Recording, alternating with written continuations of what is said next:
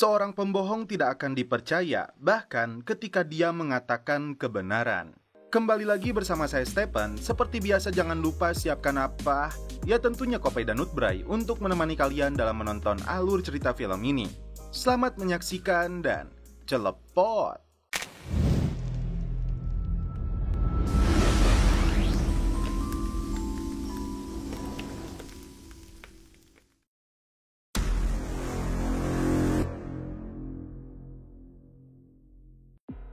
Film dibuka dengan ditampilkannya seorang pemuda yang melihat gerak-gerik pria mencurigakan masuk ke dalam sebuah rumah. Tak berselang lama, pemilik rumah tersebut diserang hingga tewas di tempat. Dan inilah aktor utama dalam film ini yang bernama Carl Albert, seorang kapolsek di kota kecil Kanada. Hari itu, Carl yang duda bertemu dengan seorang wanita bernama Cassandra Lee yang dikenalnya melalui aplikasi kencan. Keduanya saling mengenal satu sama lain. Cassandra pun terkejut setelah mengetahui Carl seorang komandan polisi. Chief of Police. No offense. Sedangkan Cassandra seorang pustakawan di kota ini. Seorang polisi bernama Edwina Yen baru tiba di Polsek Gibson setelah dipindah tugaskan dari markas pusat. Carl tiba di TKP setelah mendapat informasi dari anak buahnya tentang korban pembunuhan bernama Burki usia 85 tahun. Setelah melihat TKP, Carl bertemu dengan George Wilcock, orang yang pertama kali menemukan Burki sudah tidak bernyawa. George menceritakan pertama kali menemukan korban setelah dia masuk ke rumah tersebut dan sempat menjatuhkan bukunya karena terkejut. Setelah itu, George menghubungi polisi. Dia juga menyebut mengenal korban, tapi tidak punya hubungan apapun. Kembali melihat seisi ruangan, Carl merasa ada sesuatu yang hilang. Dan bisa jadi, benda itu cukup berharga dan motif dibalik pembunuhan ini. Demi kepentingan penyelidikan, George datang ke kantor polisi untuk diambil sidik jari dan DNA-nya. Diperlihatkan kembali pria kulit hitam yang kita lihat di awal film sedang menarik uang di mesin ATM dengan gerak-gerik yang mencurigakan. Seorang pemuda bernama Riley dimintai keterangannya oleh tim kepolisian. George rupanya sering datang ke perpustakaan tempat Cassandra bekerja. George mengaku bukunya diamankan oleh polisi, karena itu dia kembali meminjam buku baru. Dia juga menceritakan sebagai orang pertama yang menemukan jasadnya Burki. Riley yang diinterogasi mengaku melihat seorang nelayan kulit hitam masuk ke rumah korban. Tapi selain itu, dia juga melihat George masuk ke rumah tersebut pukul 12.30. Carl segera menugaskan anak buahnya untuk menelusuri siapa saja temannya korban. Dan apakah ada orang lain juga yang melihat George masuk ke rumah Burki di pukul 12.30. Karena Burki tinggal seorang diri di rumah tersebut, Carl menghubungi kakaknya yang tinggal di Chicago. Setelah ditanya apakah dia mengenal George, ternyata George adalah kakak iparnya Burki. Itu artinya korban menikah dengan adiknya George. Karena George dianggap telah berbohong dalam pengakuan sebelumnya, Carl meminta kakek tua ini untuk menceritakan yang sebenarnya karena sidik jarinya tersebar di TKP. George lalu menceritakan tentang adiknya yang bernama Audrey yang tewas karena dibunuh dalam sebuah kecelakaan mobil. Karena harus mengajar di Jerman, George tidak pernah bertemu selama kurang lebih 35 tahun sampai hari pemakamannya. Singkat cerita, Cassandra mengajak Carl jalan-jalan lalu menemui temannya yang sering datang ke perpustakaan yang tiada lain adalah George. No, it's me. George. Meski baru 2 kali bertemu, Carl dan Cassandra merasa ada kecocokan dan menyukai satu sama lainnya. Karena itu, Carl mengajak Cassandra ke rumahnya. Dan setelah itu, mereka pun celepot. Malam itu, terlihat George membawa sesuatu menggunakan tongkangnya ke tengah danau. Setelah melihat 2 kaleng minuman ini, Carl sepertinya menemukan sesuatu yang penting. Malam itu juga, kepala polisi ini pergi lagi ke rumahnya George. Dia melihat George baru saja pulang dari danau. Carl menduga George telah mengubur barang bukti alat pembunuhan dan setelah itu menggalinya lagi untuk dibuang ke danau. Carl mengancam akan menurunkan semua personil dan alat sonar untuk menemukan kembali barang buktinya. Tapi George tetap mengelak telah membunuh Burki. Nelayan bernama Derek datang ke Polsek setelah mendapat informasi dia dicari oleh tim kepolisian. Derek mengaku datang ke rumah korban jam 10 pagi untuk mengantarkan ikan. Dia bertemu dengan Burki yang pagi itu masih dalam kondisi baik. Burki mengatakan mengundang seorang teman untuk makan siang di rumahnya. Ternyata, nelayan kulit hitam ini dianggap telah berkata jujur dan tidak ada alasan untuk mencurigainya.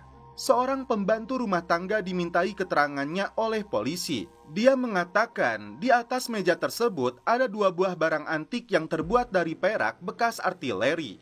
Anak buah Carr yang bernama Sid melaporkan tentang kecelakaan yang menimpa istri Burki murni kecelakaan. Tapi hasil otopsinya menunjukkan ada beberapa bekas luka lama. Inilah yang dituduhkan George bahwa adiknya mengalami KDRT selama berumah tangga. Dari perpustakaan, Cassandra mengantar George kembali ke rumahnya karena terlihat tidak sehat. Disinilah George mengaku akan meninggalkan rumah dan perkebunannya untuk tinggal bersama putrinya. Dia mengaku sudah melakukan sesuatu yang buruk, tapi tidak bisa menyerahkan diri karena tidak mau menghabiskan waktunya di penjara. Sontak dari pengakuan ini, Cassandra bisa menarik kesimpulan George telah membunuh seseorang. Karena George sudah dianggap sebagai orang tuanya sendiri, Cassandra tidak mau memberitahu Carr apa yang dia dengar.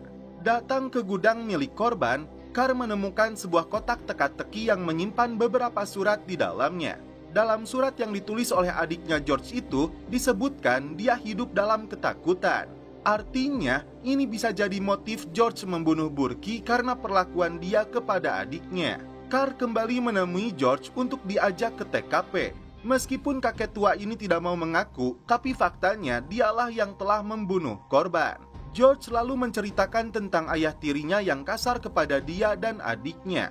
Hingga suatu ketika, dia dan ibunya itu tergelincir dalam sebuah kecelakaan hingga tenggelam di laut. Sejak saat itu, George ingin melindungi adiknya meski pada akhirnya dia merasa gagal. Carr sangat kecewa kepada Cassandra karena tidak memberitahunya tentang pengakuan George. Meski pada akhirnya, Carr memilih untuk melepaskan George dan memberikan kotak yang berisi surat-surat peninggalan adiknya. 3 ladies yang baru saja dugem tak sengaja menemukan jasad yang diduga sebagai korban pembunuhan. Film kemudian mundur 24 jam sebelumnya. Di sebuah basement, seorang wanita bernama Kayla dikejutkan dengan kekasih lamanya yang bernama Bobby.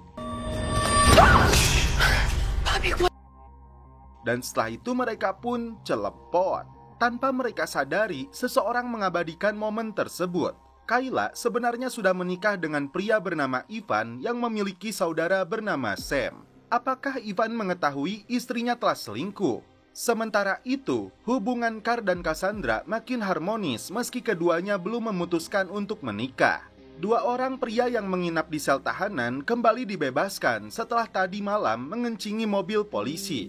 Mereka bernama Doug dan Ronnie yang kebetulan teman sekolah dari petugas bernama Isabella. Pagi itu, Cassandra membantu temannya yang memiliki restoran. Di saat Kayla dan teman-temannya sedang nongkrong, datanglah Ivan yang marah setelah mendapat kiriman video perselingkuhan istrinya ini. Ivan langsung melampiaskan amarahnya setelah melihat Bobby muncul di situ. Cassandra segera menghubungi Carr yang kebetulan berada tidak jauh dari lokasi. Sebelum pergi, Ivan mengancam akan membunuh Bobby. Sedangkan Carr lebih dulu melihat KTP-nya si Bobby. Bobby mengaku dulu tinggal di kota ini dan dia datang untuk mengikuti reuni sekolah lamanya. Di malam harinya, Carr dan tim kepolisian yang mendapat laporan menemukan jasadnya Bobby. Dari hasil otopsi, kepala Bobby dipukul dengan keras. Karena pertikaian sebelumnya, Carr datang ke rumah Ivan untuk meminta keterangan. Ternyata sejak SD, Ivan dan Bobby sudah bersahabat. Jadi sejak SMA, Kayla dan Bobby yang lebih dulu pacaran. Tapi karena Bobby selalu memperlakukan Kayla dengan buruk, akhirnya mereka putus. Dan setelah itu, Kayla dan Ivan mulai pacaran hingga akhirnya menikah. Meski Bobby dan Kayla pernah selingkuh, Ivan sudah memaafkannya. Ivan menolak dengan tegas jika disebut sebagai pembunuh Bobby. Tadi malam jam 9 dia pulang, dan kakaknya yang bernama Sam adalah saksinya. Masih mengenakan pakaian yang sama, tak aneh jika bercak darah dirinya dan Bobby menempel di bajunya ini akibat perkelahian kemarin. Tak mau buang waktu, Carr menemui Sam untuk memastikan pengakuan Ivan. Sam pastikan tadi malam Ivan ada di rumahnya. Tidak ada hubungannya dengan kematian Bobby. Dokter forensik menyebut ada 3 pukulan keras ke arah kepalanya korban. Karena dari arah kiri dipastikan pelakunya kidal, dan karena itu Carr menduga Ivan ada kaitannya. Giliran Kayla yang dimintai keterangan. Yang dia ketahui, Bobby bekerja di ladang minyak, mengirimkan pasokan ke kamp pekerja dengan kokain. Demi kepentingan penyelidikan, Ivan sementara waktu ditahan di polsek ini sampai kebenarannya terungkap. Ivan mengaku mendapat kiriman foto dari mereka tentang perselingkuhan istrinya. Setelah melihat foto tersebut, Carr menilai fotografernya sangat profesional karena mengambil dari sudut dan cara yang epik. Singkat cerita, komandan polisi ini menemui fotografer bernama Greer. Faktanya, Greer dan Bobby pernah dekat saat SMA. Dia mengelak telah mengirimkan foto perselingkuhan Bobby dan Kayla kepada Ivan. Dia juga tidak tahu jika Bobby mengirim pasokan narkoboy ke kamp pria. Dari foto lain terungkap bahwa Sam dan Bobby berteman sejak kecil. Di malam harinya, Carr mengajak Cassandra ke pesta dansa. Tak sengaja dia melihat Sam yang menurut informasi menjual kapal. Seperti halnya Ivan, ternyata Sam pun kidal. Karena tidak ada bukti, Ivan sejam lalu telah dilepaskan dari sel tahanan. Rupanya, Carr sudah mengetahui bahwa Bobby menjual ganjo milik Sam. Carr mengancam akan mengecek keuangannya. Tak berselang lama, Carr mendapat informasi dari anak buahnya bahwa di tubuh korban ditemukan banyak serpihan besi. Malam itu juga, Carr menugaskan Sid untuk bergerak cepat ke lokasi konstruksi milik Sam. Sid lebih dulu tiba di lokasi dengan situasi yang mencekam. Tak berselang lama, Carr tiba di sana menemukan anak buahnya sudah terkapar. Untung saja kondisinya baik-baik saja. Edwina melaporkan Sam memiliki banyak hutang dari mulai pinjol hingga bank emok. Carr memegang besi beton dan serpihannya di lokasi ini. Apakah Bobby dibunuh menggunakan besi yang sama? Carr lalu meminta Kayla untuk membuka kunci pesan suaranya Ivan. Seseorang bernama Wally diketahui mengirim pesan kepada Ivan. Dia adalah mantan mitra bisnis ayah dari Ivan dan Sam. Kebetulan Sid mengetahui lokasi rumahnya si Wally. Bisa jadi Sam meminta bantuan orang tersebut untuk melarikan diri. Meski Sam adalah kakaknya sendiri, Ivan tidak mau terlibat dalam pembunuhan yang sudah dilakukannya. Tiba-tiba Sam menodongkan senjata. Tak berselang lama, Carr datang untuk menangkap Sam. Ivan sendiri dibebaskan, tapi dia tidak mau berhubungan lagi dengan Kayla. Tampak seorang pria bernama Benjamin memasang alat perekam di balik bajunya dan memegang sebuah buku dan kaset yang sepertinya sangat berharga. Selanjutnya kita diperlihatkan dengan wanita bernama Zoe yang sedang jogging. Tiba-tiba Zoe dikejutkan dengan kemunculan Benjamin yang sudah lama tidak bertemu. Zoe marah karena seharusnya mereka menjauh dari kehidupan masing-masing sesuai dengan kesepakatan. Mengaku punya hutang uang kepada orang-orang yang sangat buruk, Benjamin datang untuk meminta uang kepada Zoe agar mereka tidak lagi mengejarnya. Ternyata Zoe adalah adiknya Benjamin, dan dia membutuhkan $100.000. Tapi Zoe menolak dan malah mengancam akan melaporkannya kepada polisi. Belum terungkap apa yang menyebabkan adik dan kakak ini punya masalah di masa lampau. Setelah tim kepolisian datang, Zoe menceritakan masalah yang dihadapi kakaknya yang terancam dibunuh karena masalah hutang. Benjamin kembali menghubungi Zoe, mengaku punya rekaman dan buku harian yang bisa menjatuhkan hidupnya Zoe. Carr mendapat laporan dari anak buahnya terkait laporan Zoe kepada kakaknya sendiri. Benjamin memiliki catatan kriminal khususnya kasus penipuan. Carr lalu menemui Zoe untuk memastikan wanita cantik ini baik-baik saja. Pulang ke rumah, Carr bertemu dengan putrinya yang bernama Holly yang baru tiba setelah dikecewakan pacarnya. Di pagi harinya, Zoe yang sedang berbelanja di supermarket dihampiri 2 orang yang mengatakan kakaknya memiliki hutang kepada mereka. Setelah kejadian itu, Zoe menghubungi Benjamin karena mereka kini mengejarnya. Tak berselang lama, tim kepolisian tiba di TKP setelah mendapat informasi ditemukannya jasad Benjamin. Dari luka yang ditemukan di tubuhnya, Benjamin lebih dulu ditikam, tapi bukan dengan pisau, dan setelah itu jasadnya dilempar ke laut. Tiba di TKP, Zoe langsung menangis karena Benjamin satu-satunya keluarga yang dia miliki, setelah mereka kehilangan orang tua bertahun-tahun yang lalu. Tak jauh dari lokasi, Carr melihat sebuah tebing yang dia duga tempat Benjamin lebih dulu diserang. Tak hanya satu, Tapi ada 2 orang yang menyerang Benjamin memakai sepatu bot. Di lokasi tersebut, Carr menemukan bon supermarket. Tak hanya itu, mobil milik Benjamin pun telah dibakar. Dan ternyata Benjamin tercatat sebagai duda beranak 1. Carr menyuruh anak buahnya untuk mengintai pergerakan Zoe dan menemukan anaknya Benjamin. Ternyata di penginapan Benjamin sebelumnya, Zoe menemukan keponakannya bersembunyi di dalam lemari. Carr datang ke salon milik istrinya Sid yang pernah mengurus rambutnya Zoe. Ternyata Zoe itu wanita pendendam dan temperamental jika model rambut yang dia inginkan tidak sesuai dengan harapan. Polisi yang datang ke motel tidak berhasil menemukan apapun karena Zoe sudah lebih dulu membawa keponakannya itu. Zoe membujuk Hunter mengatakan tentang sebuah kaset milik ayahnya. Tapi bocah ini mengaku tidak tahu apa-apa. Dokter forensik membutuhkan waktu untuk mengecek jaringan kulit di kukunya Benjamin. Dengan DNA-nya itu, tim bisa mengidentifikasi orang yang telah membunuh Benjamin. Tapi Edwina sudah lebih dulu mendapatkan identitas 2 penyerang Benjamin yang bernama David dan Randy. Berita disebarkan ke seluruh aparat untuk mengejar kedua orang itu sebelum meninggalkan pulau ini. Zoe terkejut karena Carr sudah menunggu di depan mobilnya. Terlihat ada baret di bodi mobilnya, tapi belum disadari oleh Carr yang sudah curiga dia ada keterlibatan dengan kematian Benjamin. Diajak ke kantor polisi, Benjamin melihat luka goresan di tangan Zoe yang diakuinya karena cucuk pohon blackberry. Bukannya menjawab pertanyaan, Zoe malah merayu Carr untuk minum bersama. Dari pernyataan yang dilontarkan janda ini, Carr menarik kesimpulan ada sesuatu yang dia rahasiakan. Setelah tim kepolisian mendapat informasi tentang anak Benjamin yang bernama Hunter, penggeledahan kembali dilakukan di dalam motelnya Benjamin. Dari balik kasurnya, Edwina menemukan kaset dan buku milik Benjamin. Carr mendapat informasi, Zoe diduga telah membakar rumah 2 pencuri yang merampok perhiasannya dikala dia masih berusia 22 tahun. Salah satu perampoknya tewas terbakar di rumah tersebut. Tapi karena tidak ada bukti, Zoe lepas dari tuntutan. Hunter berusaha sembunyi dari bibinya sendiri yang berubah menakutkan. Di sisi lain, tim kepolisian mendengar rekaman dari kaset tersebut yang berisi suara pengakuan Zoe yang membakar rumah 2 pencuri perhiasan miliknya. Tak main-main, Zoe berniat membakar keponakannya sendiri di dalam rumah kayu.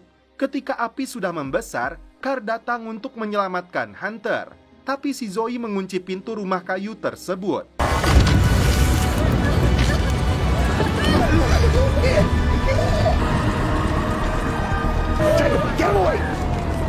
Untung saja, Sid datang tepat waktu untuk menyelamatkan mereka. Building, man. I'll do your drywall. I got this. Dan kini, Zoe harus mempertanggungjawabkan perbuatannya. Selain membunuh kakaknya sendiri, janda ini hampir saja membunuh Carr dan juga Hunter. Seorang wanita bernama Emma menodongkan pistol kepada suaminya sendiri yang bernama Charlie karena merasa telah dikhianati. Tiba-tiba terdengar suara tembakan. Why aren't I good? 6 bulan setelah kejadian tersebut, di sela pekerjaannya, Carr menghabiskan waktunya bersama Cassandra. Meski dirinya seorang kepala polisi, Carr merasa belum mampu mendidik putrinya yang kedapatan menggunakan ganjo di sekolah. Setelah lama tidak bertemu, Cassandra bertemu dengan teman-teman lamanya termasuk Emma yang berasal dari keluarga kaya. Cassandra senang karena Emma membantunya menggalang dana untuk pembangunan pusat karya seni. Meskipun sepanjang malam Emma terlihat senang, tapi ada sesuatu yang dia sembunyikan terkait rumah tangganya bersama Charlie. Ketika mengantarnya pulang, tiba-tiba Emma berteriak sesaat setelah dia masuk ke rumahnya. Ternyata di dalam ruangan kantor Charlie ditemukan banyak bercak darah, tapi Charlie sendiri tidak ditemukan keberadaannya. Entah perampokan, penculikan, atau pembunuhan, semuanya masih menjadi misteri. Carr yang sangat tajam dan detail menemukan keganjilan karena foto keluarga dipajang di atas tempat tidur. Padahal biasanya di ruang tamu atau ruang keluarga. Setelah dicabut, ternyata ditemukan lubang peluru.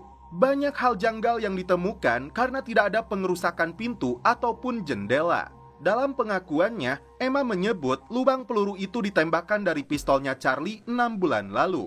Setelah itu, pistolnya dia berikan kepada saudaranya. Lubang peluru itu sengaja tidak diperbaiki untuk mengingatkan Charlie. Di dalam brankas yang sudah terbuka tersebut, Emma menyimpan ribuan dolar untuk keadaan darurat, termasuk surat berharga dan paspor di dalamnya. Sampai detik ini, Emma mengatakan hubungannya dengan Charlie baik-baik saja. Tidak ada yang mereka sembunyikan, termasuk musuh yang bisa saja menyakitinya. Emma hanya ingin Carl segera menemukan Charlie. Cassandra menilai masalah yang dihadapi Emma karena dia tidak bisa memiliki anak. Apakah Emma terlibat dalam hilangnya Charlie? Bagi seorang penyidik, kemungkinan apapun bisa saja terjadi. Giliran saudara Emma yang bernama Blake memberikan keterangan kepada Carl bahwa tadi malam dia dan istrinya nonton layar tancap bersama tetangga mereka. Diketahui juga, Charlie bekerja di perusahaan keluarga yang Blake pimpin. Carl meminta Blake untuk menyerahkan pistol milik Charlie yang dulu diberikan Emma kepadanya. Tidak bisa percaya begitu saja, Carl menugaskan Sid untuk mengonfirmasi kepada tetangganya Blake apakah benar dia berkumpul tadi malam. Ada kecurigaan muncul jika Emma dan Blake telah membunuh Charlie, kemudian mengatur TKP rumah mereka seakan telah terjadi perampokan. Tim datang ke kantornya Charlie untuk mengambil komputer dan barang pribadinya untuk keperluan penyelidikan. Lagi-lagi, Carl yang sangat jeli menemukan keanehan di kantornya Charlie karena tidak ada foto Emma. Hanya sebuah foto ketika Charlie mendapat penghargaan donor darah. Singkat cerita, Carl sengaja mendonorkan darahnya di tempat yang sama dengan Charlie. Perhatiannya tertuju kepada petugas bernama Tonya yang berfoto bersama Charlie. Tapi Tonya beberapa hari ini tidak masuk dengan alasan sedang sakit. Kembali ke TKP, Carl mulai menarik kesimpulan darah yang tercecer di ruang kerja Charlie bukanlah karena efek serangan, tapi sengaja dimuncratkan. Dugaannya, Charlie sengaja memalsukan kematiannya dibantu oleh Tonya yang seorang petugas medis di klinik donor darah. Di rumah inilah ternyata Charlie baik-baik saja bersembunyi dengan selingkuhannya, yaitu Tonya. Charlie kelimpungan karena sebelum pergi lupa membawa flashdisk yang berisi catatan keuangan kantornya. Keduanya berencana untuk kabur ke luar negeri. Tapi mereka tidak bisa pergi sebelum Charlie mengambil flashdisk itu. Singkat cerita, di malam harinya Charlie menyelinap ke kantornya. Namun semuanya sudah dibawa oleh polisi. Tiba-tiba Blake menciduknya. Karena banyak yang dia sembunyikan, Blake berencana menghubungi Emma, apalagi polisi. Di luar dugaan, Tonya lebih dulu menikamnya. Charlie yang berubah menjadi orang jahat membunuh kakak iparnya sendiri.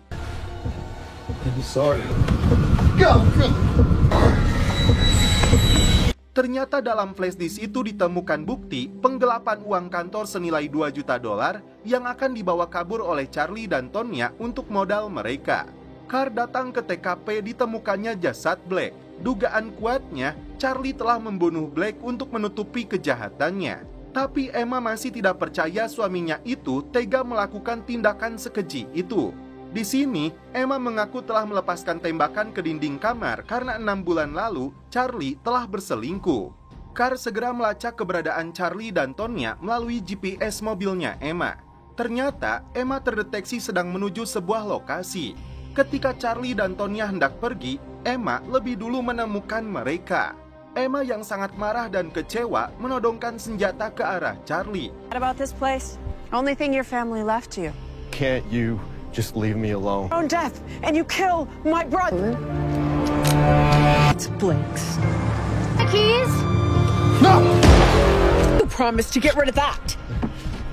Tak berselang lama, Carl tiba di sana membujuk Emma menurunkan pistolnya. Dia berjanji Charlie akan mempertanggungjawabkan perbuatannya. Still alive right now. All he wanted was for you to be happy.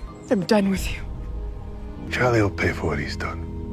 Akhirnya, Charlie dan Tonya ditangkap. Duena, you do the interviews. Untuk pertama kalinya, Carl memperkenalkan putrinya Holly kepada Cassandra.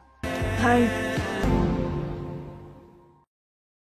Holly dan temannya yang bernama Devon pergi ke pantai untuk memotret pemandangan di sana. Ayahnya menghubungi Holly agar segera pulang sebelum larut malam.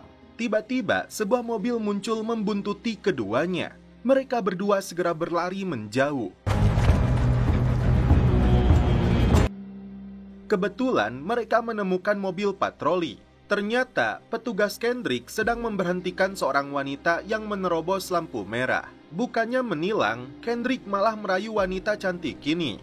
Pulang ke rumah, Carr mendapat aduan dari putrinya bahwa mereka dibuntuti seseorang. Tapi di bagian depan mobil tersebut tidak dipasangi plat mobil.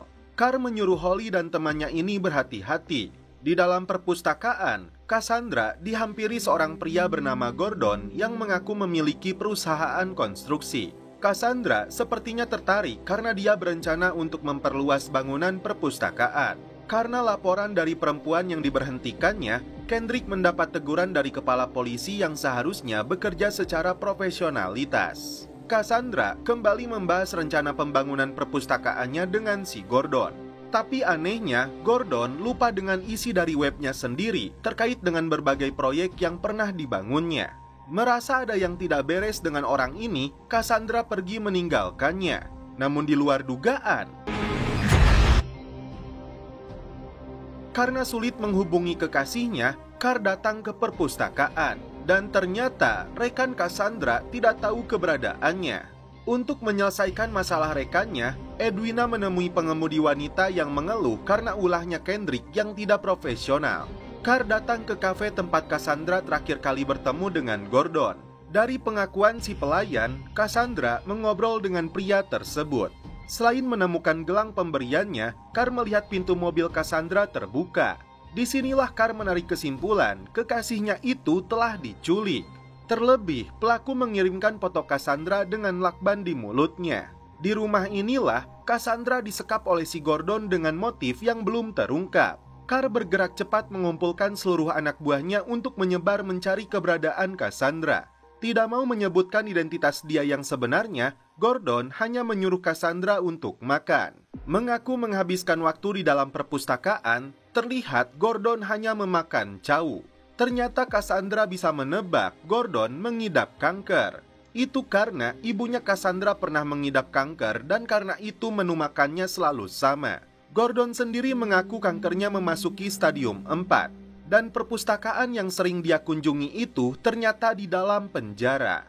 Tiba-tiba penculik ini menghubungi Carr untuk meminta tebusan $5 juta yang harus disediakan hari ini juga. Sebelum menutup teleponnya, Gordon mengatakan, apa yang sudah terjadi biarlah terjadi. Dengan tuntutan sebesar itu, Carr tidak mungkin menyediakannya dalam beberapa jam. Itu artinya pelaku hanya mengulur waktu untuk membuat permainan yang menjatuhkan mentalnya. Dengan kalimat terakhir yang diucapkan si penculik, Carr teringat kembali saat bertugas di Minneapolis. Kesimpulannya, si penculik adalah kasus lamanya Carr dan kini dia muncul kembali untuk balas dendam kepadanya. Cassandra menilai Gordon mengenal Carr setelah mendengar percakapan teleponnya. Dia sangat marah kepada Carr atas apa yang terjadi di masa lalu. Kenapa Cassandra yang diculik? Karena dia salah satu orang terdekatnya Carr yang sangat dia cintai. Cassandra sempat melihat televisi yang terhubung dengan internet. Carr kembali melihat berkas lama dengan puluhan penjahat yang pernah ditangkapnya. Setelah dilakukan penelusuran, akhirnya Carr menemukan si penculik yang bernama Ashley Powell yang pernah bekerja di konstruksi. Dari awalnya ditangkap karena kasus perkelahian di dalam bar, Paul alias Gordon membunuh seorang napi hingga divonis 20 tahun. Cassandra berpura-pura pusing dan ingin tiduran di sofa. Padahal dia memanfaatkan fasilitas TV internet itu untuk mengirim email ke kantor polisi. Tim segera melacak IP address-nya dan ciri-ciri lokasi yang diberikan oleh Cassandra. Carr dan anak buahnya segera meluncur ke lokasi. Tapi ketika Cassandra ingin mengecek kembali email tersebut, tiba-tiba Paul menciduknya. Alhasil, Carr dan tim tidak berhasil menemukan mereka di dalam rumah. Pengejaran pun dilakukan hingga tim berhasil mencegatnya.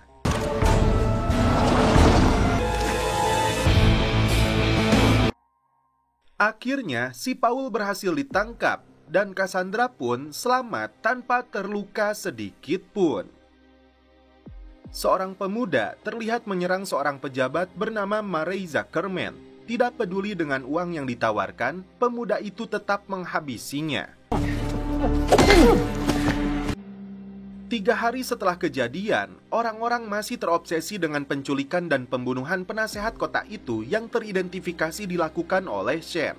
Wali kota sampai menawarkan hadiah $200.000 bagi siapapun yang memberikan informasi keberadaan Shane.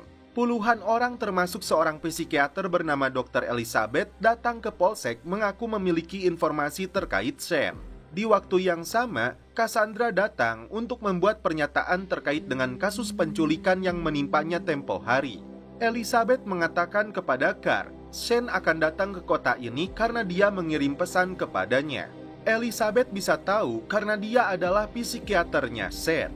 Di tahun 2022, Elizabeth pernah menangani Shane atas permintaan jaksa, dan ternyata hasilnya dia mengidap gangguan kepribadian ambang, ahli dalam manipulasi. Elizabeth takut dirinya menjadi sasaran sosiopat gila itu.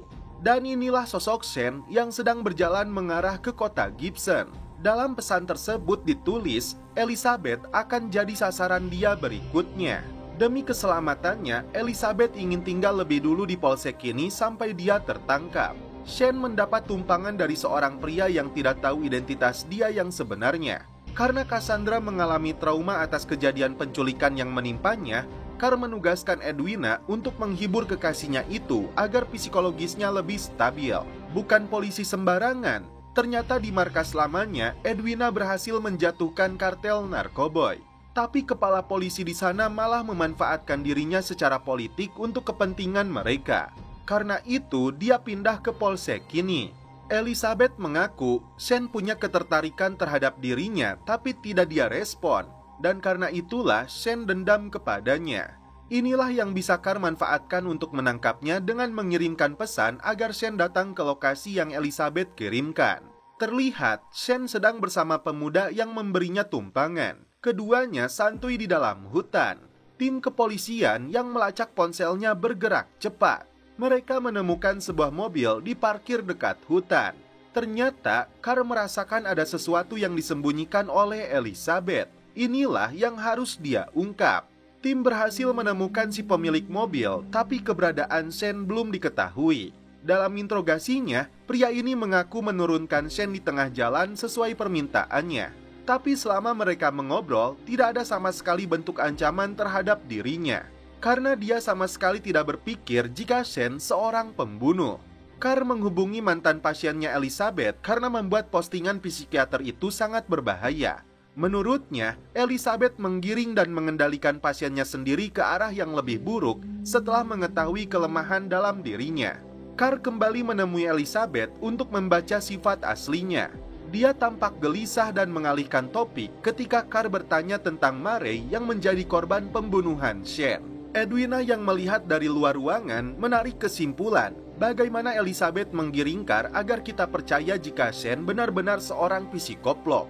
Karena terus melihat psikiater ini menggunakan ponsel, Carr yakin dia terus berhubungan dengan Shane. Sementara itu, Sid dan Kendrick tiba di rumahnya Elizabeth. Ketika pencarian dilakukan, ini yang terjadi. Carr menurunkan seluruh anak buahnya setelah mendapat informasi dari Sid bahwa tersangka mereka merebut pistolnya Kendrick. Hanya tersisa Carr dan Isabella di polsek. Disinilah Isabella menemukan jejak digital Elizabeth yang ternyata pernah dekat dengan Murray. Elizabeth selingkuh dengan penasehat kota itu sampai istrinya Murray hamil. Karena itu, Murray mengakhiri perselingkuhannya dengan Elizabeth.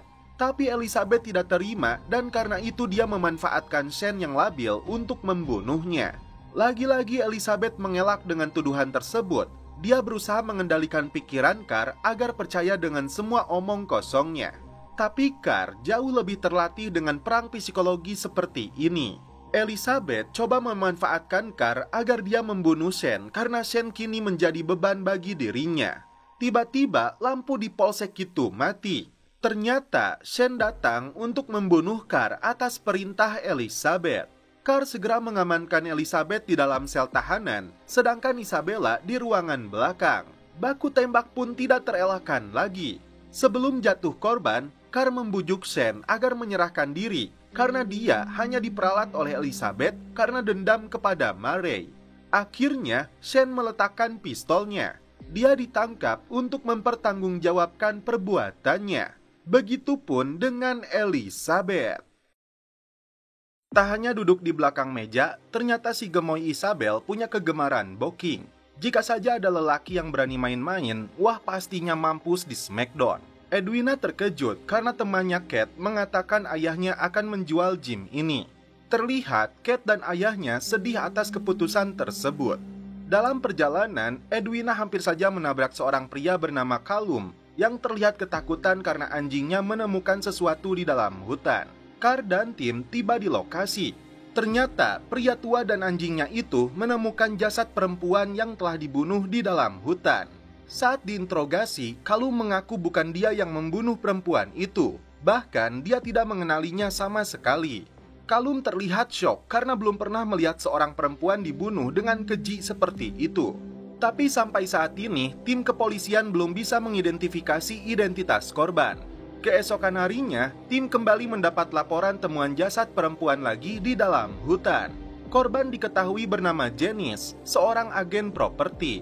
Yang menarik, Carr menemukan sesuatu menempel di ikat pinggangnya, mirip dengan kain atau sobekan terpal. Apakah kedua korban ini saling berhubungan? Inilah yang harus diselidiki oleh Carr dan anak buahnya. Tiba di rumah korban, Carr melihat sebuah terpal biru menutup tumpukan batu. Tak berselang lama, suami Janice yang bernama Eden pulang ke rumahnya. Eden mengira kedatangan polisi karena masalah tadi malam dengan istrinya.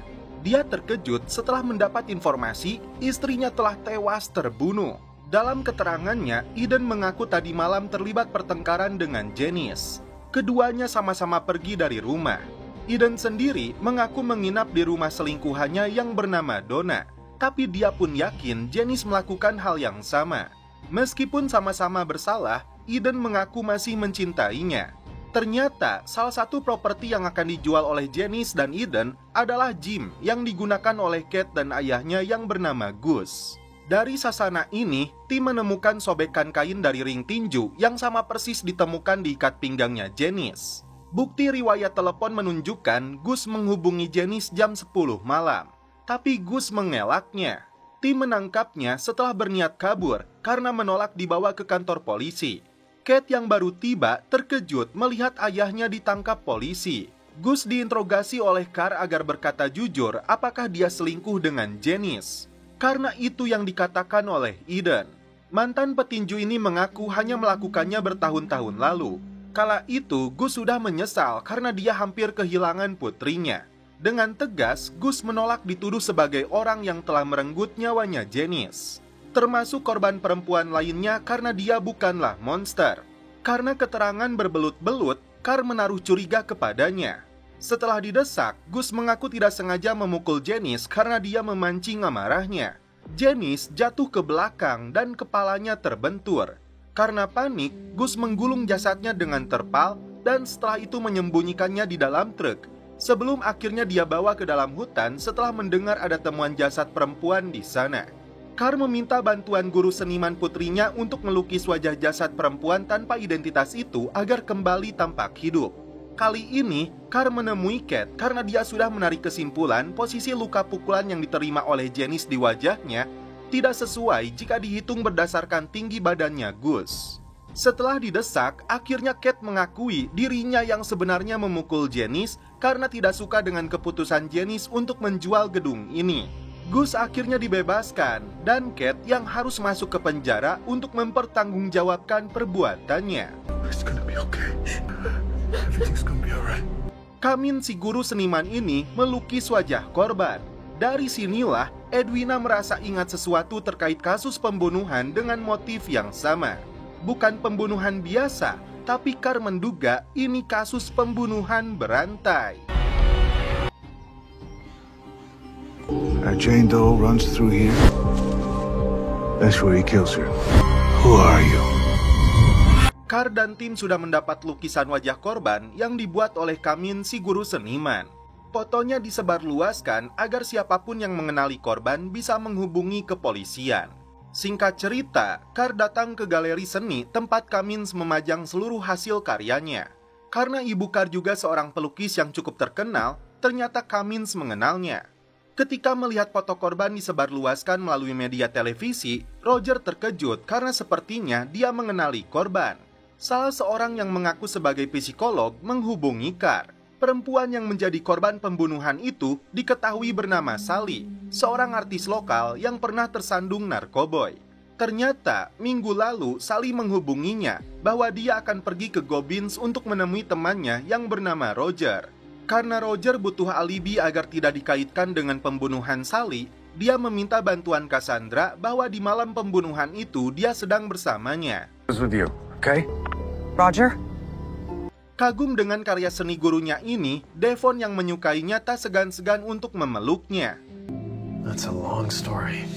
Tidak mau mengikuti keinginan temannya, Cassandra memberitahu Carr bahwa Roger ingin dia berbohong kepadanya.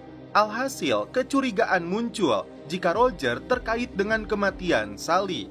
Sampai di malam hari, Devon masih bersama Cummins di dalam galeri seninya. Devon makin kepincut dengan hasil karya dan ketampanan gurunya ini. Karena sudah larut malam, Cummins mengantar Devon pulang ke rumahnya. Sementara itu, tim kepolisian mulai mengumpulkan berbagai kasus pembunuhan terhadap para wanita dengan motif yang sama persis di berbagai kota lain hingga sampai di kota ini. Terlihat seorang wanita berjalan di tengah kegelapan malam. Di waktu yang sama, Roger yang sedang mengendarai mobil tiba-tiba menabrak sesuatu. Di pagi harinya, seorang pemulung menemukan jasad di dalam hutan. Ibunya Devon nampak khawatir karena putrinya tak kunjung pulang sejak semalam. Sementara itu, Cassandra terkejut setelah mobilnya ada bekas luka baret. Dia yakin Roger yang melakukannya karena tadi malam dia meminjam mobilnya. Ternyata yang ditemukan di dalam hutan itu anjing milik Callum yang ditabrak orang tak dikenal hingga tewas. Tim kepolisian mendapat laporan mobil mencurigakan tadi malam di lokasi tempat jasad Sally ditemukan. Rupanya, Devon menginap di rumah Cassandra tanpa sepengetahuan ibunya. Tadi malam, Devon memutuskan untuk berjalan kaki karena merasa aneh setelah dia gagal merayu guru seninya itu. Roger datang ke kantor polisi untuk mengakui perbuatannya. Dia mengaku mengenal Sally sebagai sesama artis tok-tok, namun itu sudah lama. Karena itu dia terkejut setelah melihat berita Sally telah dibunuh. Selain itu, Roger mengaku sedang berada di rumah saudarinya di malam Sally dibunuh. Carr lalu bertanya, kenapa dia menyuruh Cassandra untuk berbohong. Ibunya si Devon dan puluhan warga Gobbins menyerobot kantor polisi karena dihantui ketakutan dengan sosok pembunuh berantai yang sampai saat ini belum tertangkap. Setelah mengetahui Cummins yang melukis wajah korban, Jesse memicu perselisihan. Terlebih, guru seninya ini telah merebut Devon darinya. Mahasiswa kurang ajar ini memukul gurunya sendiri. Datang ke rumah Callum yang masih terpukul karena kematian anjingnya, perhatian Carr tertuju ke lukisan anjing yang ternyata dibuat oleh Cummins. Tommy Cummins. Di pagi harinya, Edwina yang melihat rekaman CCTV SPBU melihat Roger membawa seorang perempuan di dalam mobilnya. Kembali ke galeri, Carr menghubungkan berbagai karya seni buatan Cummins dengan foto jasad korban. Ternyata posenya sangat mirip. Penggeledahan dilakukan di dalam mobilnya Cassandra yang dipinjam oleh Roger. Rupanya mereka menemukan sebuah tas milik wanita. Cummins yang mencurigakan membuntuti Devon. Roger diciduk oleh tim kepolisian untuk menjelaskan tentang sosok wanita yang dia bawa kemarin. Ternyata wanita yang dimaksud adalah adiknya Roger yang seorang pecandu narkoboy. Dia dibawa oleh Roger untuk dimasukkan ke rehabilitasi. Rupanya, Cummins mengajak Devon ke rumahnya untuk melihat seluruh hasil karya seninya yang lain. Apakah Devon akan menjadi korban berikutnya dari seorang pembunuh berantai? Carr segera menemui ibunya Devon untuk mencari keberadaan putrinya yang dianggap Carr dalam bahaya karena pergi bersama Cummins. Carr segera menerjunkan seluruh anak buahnya untuk memburu Cummins. Tiba di rumah guru seninya, Devon terkejut setelah melihat banyaknya foto korban pembunuhan. Dia segera berlari keluar rumah tersebut. Di waktu yang sama, Carr tiba di sana memaksa pembunuh berantai ini menyerahkan diri. Go! I will give you a little hint.